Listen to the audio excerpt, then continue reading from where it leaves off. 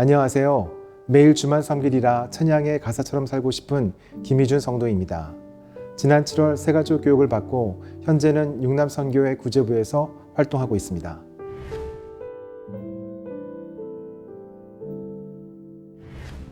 부모님의 영향으로 불교 집안에서 자란 저는 유학 시절을 포함해 기독교를 접할 기회가 여러 번 있었습니다. 그렇지만 믿음은 생겨나지 않았습니다. 그러다가 첫 직장에서 사내 연애로 만난 아내와 결혼했습니다. 아내는 소망교회 대학부를 다니며 교사도 했다고 합니다. 하지만 결혼하고 나서는 제가 한 집안에서 두 종교 모시는 거 아니다. 이제 교회 안 나갔으면 좋겠다 해서 한 7, 8년 정도 교회를 안 나갔습니다. 사실 저는 불교라고 했지만 무신론자 같이 살았는데 아내는 그렇지 않았죠. 교회는 못 나갔지만 찬장 안에 십자가를 모셔놓고 혼자서 신앙생활을 했습니다. 그 모습을 보면서 이게 뭐라고 이건 아니구나 싶어서 아내와 같이 동네 교회도 나가봤습니다. 그래도 믿음을 가졌던 것은 아니었습니다. 하지만 저를 위해 항상 기도하는 아내를 보면서 기도 부탁도 하고 어렴풋하게나마 저를 돌봐주시는 하나님을 느끼기 시작했습니다. 나중에 알게 된 얘기입니다만 제가 불편하지 않도록 수요 낮 예배를 드리고 다락방 모임에서 성경 공부와 중보 기도를 했다고 합니다. 안타까운 마음이었지만 함께 교회에 갈 수 있는 날이 오도록 계속 기도했다고 합니다.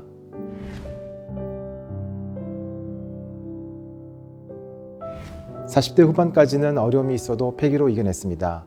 제 능력으로 모든 일을 읽어낼 수 있다고 생각했고 자신만만했죠. 하지만 2020년 코로나 팬데믹 한가운데 제가 할 수 있는 일들이 너무나 제한적이었습니다. 20년간 성장했던 사업에 어려움이 닥치고 한계 사안에 이르렀습니다. 또 그해 초음파 검사에서 암이 발견됐습니다. 사실 이것도 아내가 예정되어 있던 검진을 앞당겨서 받으면 좋겠다며 먼저 알아봐서 받게 됐습니다. 일반적으로 검사하는 부위가 아닌데다 초기에 발견되어 의사 선생님도 놀라워하셨습니다. 그 당시 매일 아침 죽음의 공포로 힘들었는데 제 가족을 생각하고 300명 가까이 되는 직원들을 생각하니 실밥을 제거하기도 전에 거래처를 만나고 싶은 심정이었습니다. 당시 제가 너무 힘들어서 밤잠도 못 자고 힘들어했습니다. 마침내 서너 달 이후에 모든 문제가 해소되어지는 기적과 같은 일이 일어났습니다. 과학적 사고와 확률의 신봉자였던 제가 보기에 수차례의 우연이 겹쳐야 다다를 수 있는 확률의 사건이 발생해 재고를 한 번에 해소했고 거래처와의 신뢰도 지킬 수 있었습니다.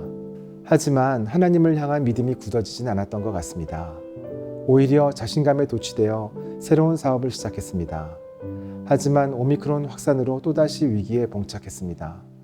하루하루 빠르게 늘어가는 적자를 보면서 매일 힘든 시간을 보내며 큰 시리에 빠졌습니다. 그런데 이번에도 예상할 수 없는 방식으로 모든 손실을 보상받을 수 있게 됐습니다. 남들이 봤을 때에는 저에게 잘된 일이다, 복이 많다 이렇게 얘기할 수도 있습니다. 하지만 제가 생각하기에 아주 비일상적인 그런 방법들로 어려움들이 해결되는 것을 보니 저를 돕는 분이 계신 것 같았습니다. 암의 조기 발견, 사업상 2번의 큰 실패 극복 같은 이런 기적들은 종교 생활을 하지 않고 살아온 저의 삶을 전환시켜주는 그런 계기가 됐습니다. 더 이상 하나님으로부터 도망칠 수 없다는 채무감이 들었습니다. 하나님이 저를 강하게 이끌어 주심에도 불구하고 응답하지 않고 내가 한 거야 라고 생각한다면 그것은 세상을 너무 오만하게 사는 것이고 옳지 않은 삶의 방식이라는 생각을 했습니다.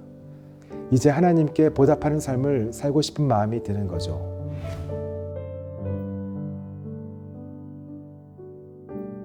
제가 믿음을 갖게 되면서 집의 분위기가 바뀌고 있습니다. 예전에 인도의 신이 그려진 풍경화 같은 그림을 친구에게 선물 받아 거실에 걸어놨는데 이젠 제가 그 자리에 십자가를 걸어놨습니다.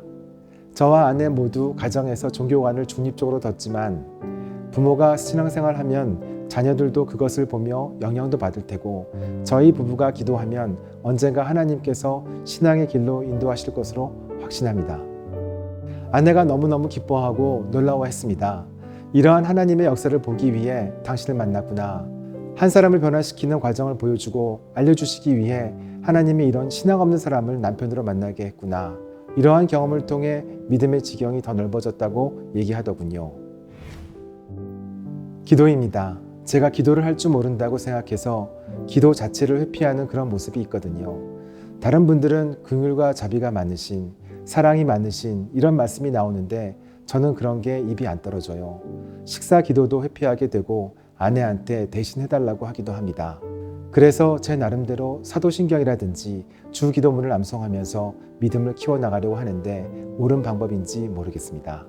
사도신경이나 주기도문을 혼자 암송하면서 그 안에 담겨진 믿음의 고백, 순종하는 삶, 선한 삶의 자세, 하나님의 은혜에 감사하는 마음, 그러한 것을 따라 살고자 합니다. 사실 제가 처음 소망교회에 왔을 때 많이 울었습니다. 나이가 나이인지라 호르몬의 변화가 있어서 그런가 하는 생각도 했었는데 정말 죄책감이 많이 들었습니다. 하나님은 날 이렇게 사랑하셨는데 난 왜 이렇게 늦게 왔지? 그런 생각이 많이 들어서 눈물을 흘렸습니다. 또 김경진 목사님 말씀을 매주 듣다 보니 정말 좋은 말씀이구나 라는 생각도 들고 감동도 많이 받고 있습니다. 그래서 저는 소망교회 정말 잘 왔다 그런 생각을 하고 있습니다. 매일 주만 섬기리라 라는 찬양인데요. 구제부에서 찬양제를 준비하며 부른 찬양입니다. 이 찬양 가사가 바로 제가 살고자 하는 삶이었어요. 매일 주께 기도하고 싶은 마음이 제 안에 있어서 마음에 크게 와닿았고 응답하시고 위로하시니 주의 사랑 넘치네 라는 가사가 힘든 순간들 제 믿음에 큰 도움이 되었습니다. 하나님을 믿고 감사한 마음을 가지고 선하게 살아가는 것, 제가 교회를 다니게 되면서 이런 가치를 품으며 제 삶이 더 풍성해지는 좋은 부분이 있었거든요. 사실 제가 카메라 울렁증도 있고 제가 하는 말들이 도움이 안 될 수도 있겠지만 이렇게 기회를 주신 건데 이게 하나님을 위해 봉사하는 것이라면 내가 물러설 수 없지 않겠는가 해서 인터뷰에 응하게 된 거거든요. 내게 온 봉사의 기회에 물러서지 말자 이런 생각을 하고 있습니다. 우선 믿음의 마음을 공고히 하면서 이번 부활절의 세례를 받아 영적으로 새로 태어남의 귀한 기회를 갖고 싶습니다. 그리고 그동안 어려워하며 주저했던 기도를 통하여 하나님과 가까워지고 싶습니다.